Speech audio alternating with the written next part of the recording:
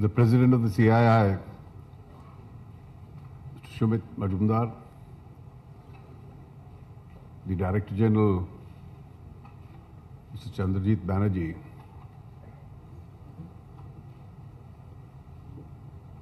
Mr. Naushad Forbes, Shobnaji,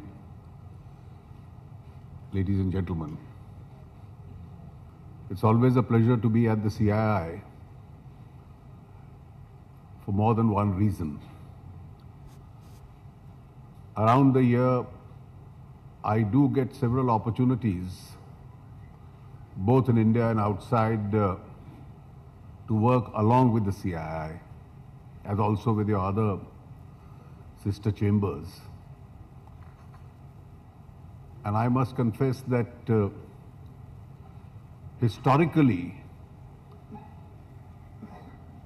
ever since they were unshackled, the Indian entrepreneurship has done this country proud.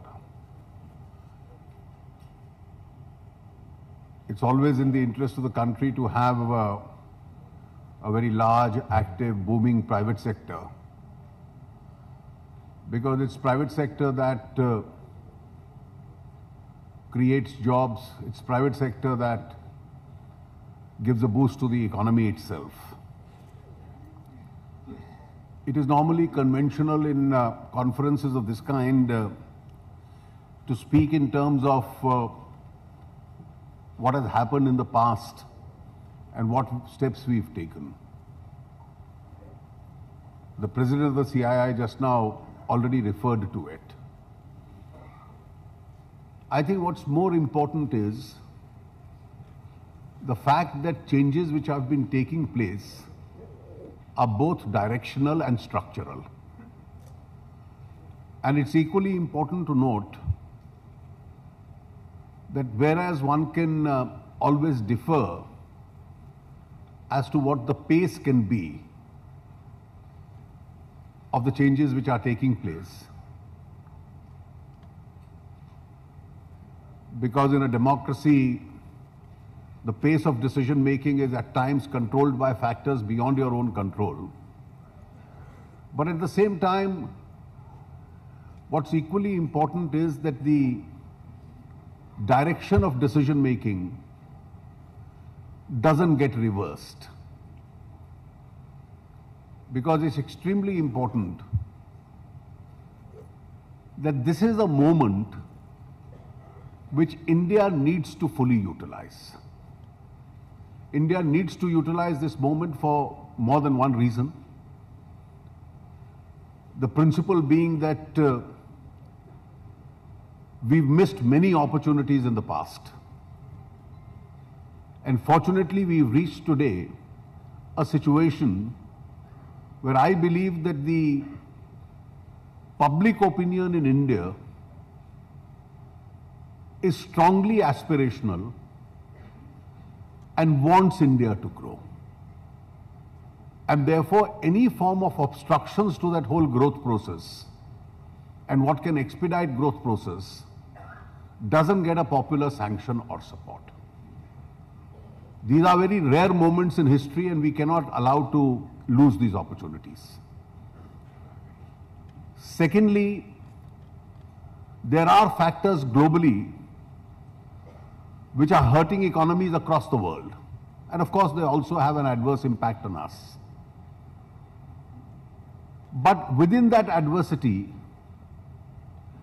India is trying to find a place for itself where we are able to stand out. And not only are we able to stand out, but we stand out and get noticed. My own experience of visits internationally, and some of the colleagues here have been extensively traveling with me, is that people are seriously looking at what's happening in India. And in the midst of a global slowdown, we are moving fast. And it's extremely important that we continue the pace of change and reform, so that at a time when growth returns to the rest of the world, it will only accelerate the point where we've reached at the present moment. if in adverse circumstances India can maintain its present rates of growth, when growth returns to the rest of the world, to expedite that process should not be very challenging as far as India is concerned. And I believe that even within the present framework, given all the adversities of a global slowdown, the global headwinds being against us, volatility and unpredictability impacting us, global trade shrinking and its impact on our exports, despite all these adversities, I think if we concentrate on the exercise that we have engaged ourselves in and are able to overcome domestic obstructions, we can still reach our optimum levels of growth, which are higher than where we've reached today. And I, for one, instead of repeating what already Mr. Sumit Majumdar has just now mentioned, that we, of course, need a favorable global environment. The other variable is we need a good monsoon. And I think the 4 or 5 domestic tasks that we have at hand, and those domestic tasks indicate that there are several segments of industry where governments have taken proactive steps. For instance, if you look back the last 1 year, there have been proactive steps taken as far as the steel industry is concerned, the revival of the highway sector is concerned, the sugar industry is concerned, steps which have been taken in the power sector. I think each one of them is going to lead to a better consequence as far as these sectors is concerned in the coming 1 year. But there are still some sectors which have been adversely impacted because of business environment around the world, more particularly also in our own country. And the government, as also the industry, will have to put their heads together, work in tandem, and address each one of those sectoral concerns. And obviously those sectoral concerns will also have a fallout impact as far as the overall economy is concerned. You mentioned stalled projects. The Prime Minister's office directly is looking at them. A very large number of them have got started in several sectors. And I'm sure with the kind of impetus taking place, particularly in the highway sector, in the railways, etc., a number of projects in these sectors have got going. But more important than that, I think the taxation reforms which we have undertaken and which we have publicly committed ourselves to, both in the field of direct tax and indirect tax, I think that's an important agenda over the next 1 or 2 years, where we have to cover a lot of space as far as those areas are concerned. And it is that reasonable taxation which will make us globally competitive itself. Our emphasis on infrastructural spending and growth in infrastructure. This year, the amount going to be spent on rural roads is going to be 3 times what was spent in the previous years. The expenditure on national highways is going to be maintained, if not increased. The expenditure on the Indian railways, the capex, is going to be increased significantly. Regional airport connectivity is going to improve this year and being added to the capacities in a big way. The shipping ministry is taking some initiative with regard to corporatized ports, the newer ones to be set up. Now, in each of these areas where a lot of infrastructure spend is going to take place, a lot of economic activity I foresee is going to be generated, and this should eventually have an impact as far as manufacturing is concerned. Hopefully, the movement in the last 1 year as far as the interest rates has been concerned has been downwards. The government has stuck to the fiscal deficit commitments, and inflation has been under control. And therefore, I do hope that this movement will continue in order to make our own economy more competitive with more competitive interest rates. The entire emphasis of extra expenditure on the rural areas. And therefore, this time we've devised various instrumentalities of increasing the spend in rural areas.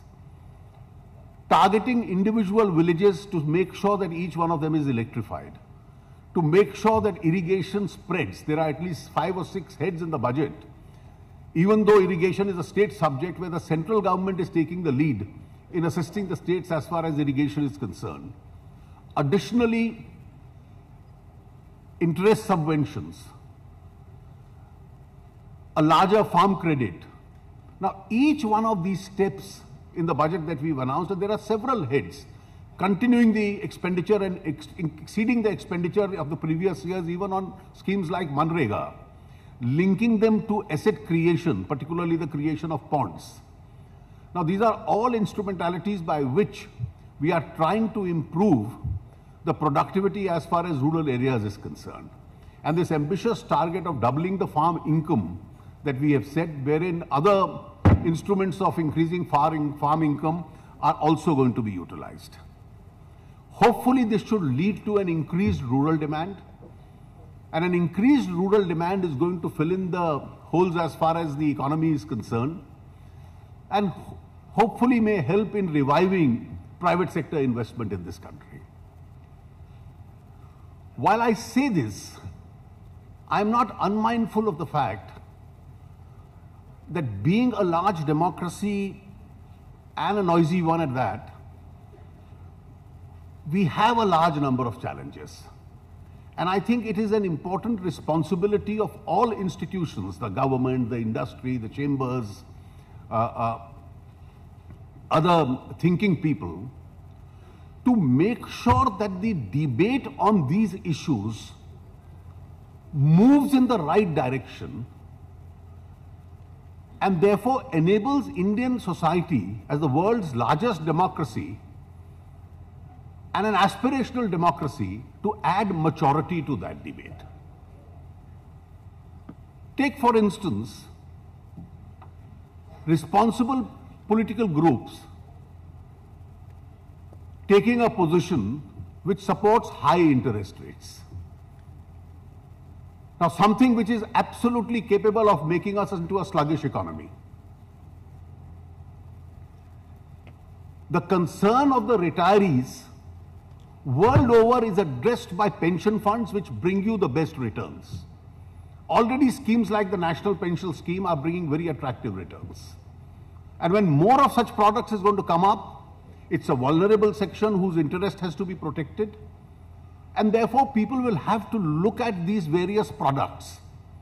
But in the process, you will have deposit rates and lending rates which have in the long run to come down if the economy is to become more competitive. And therefore, the direction of the debate has to be matured enough as to what helps the interest of the country. And we'll probably have to communicate in simpler languages so that all this can eventually also mean cheaper rates at which you get your loans for houses, for your vehicles, for your education, and for other needs of the society. Take, for instance, this current debate arising out of one of my budget proposals, and I read comments of the Chief Minister of the Union Territory of Delhi, that luxury goods like gold should not be taxed. But I'd welcome if Delhi in the first instance abolishes its own VAT on gold.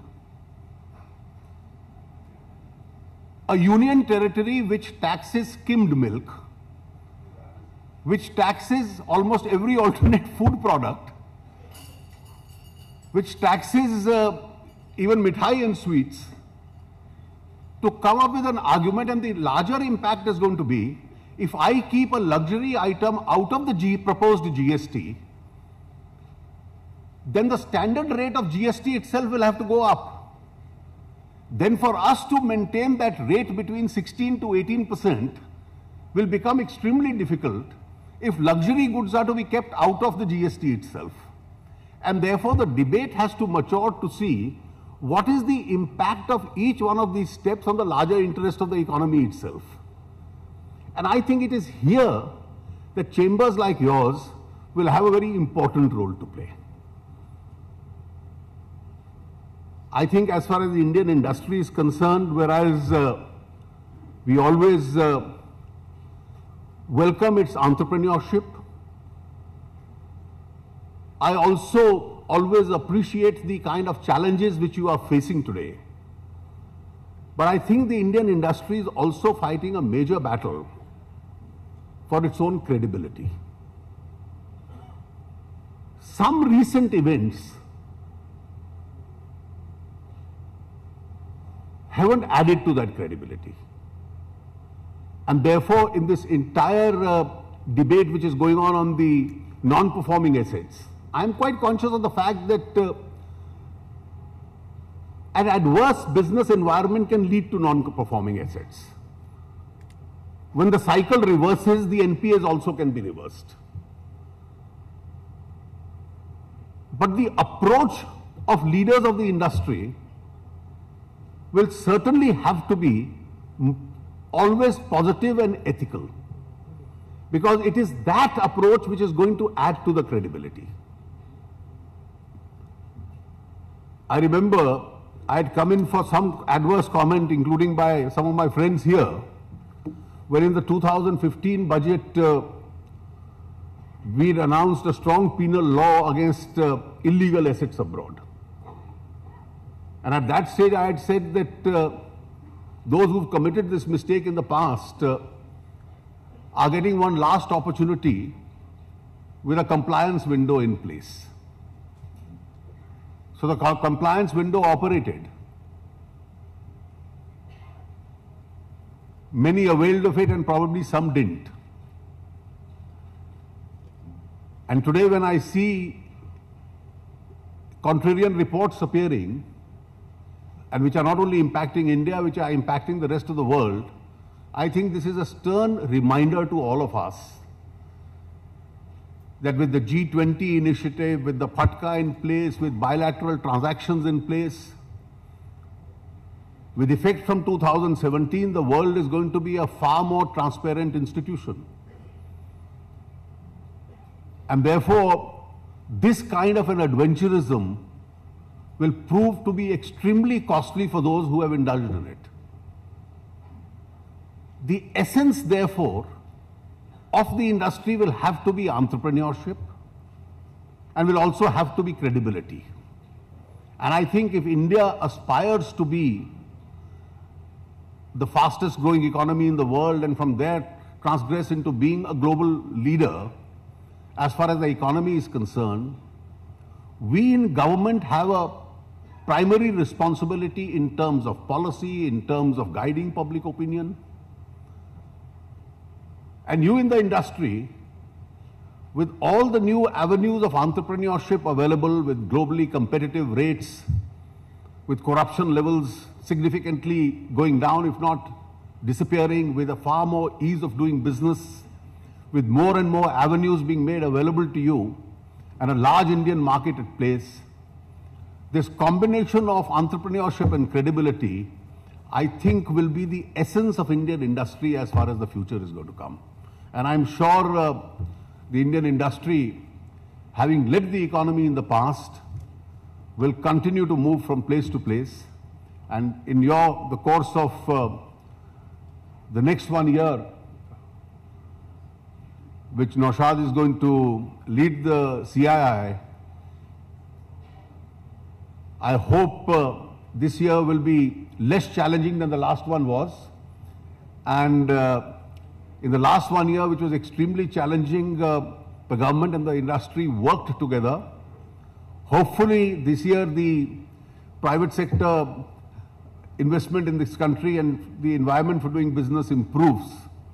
And in the coming year, you lead the government rather than the government leads the economy. That will be an ideal state for the Indian economy. Thank you very much.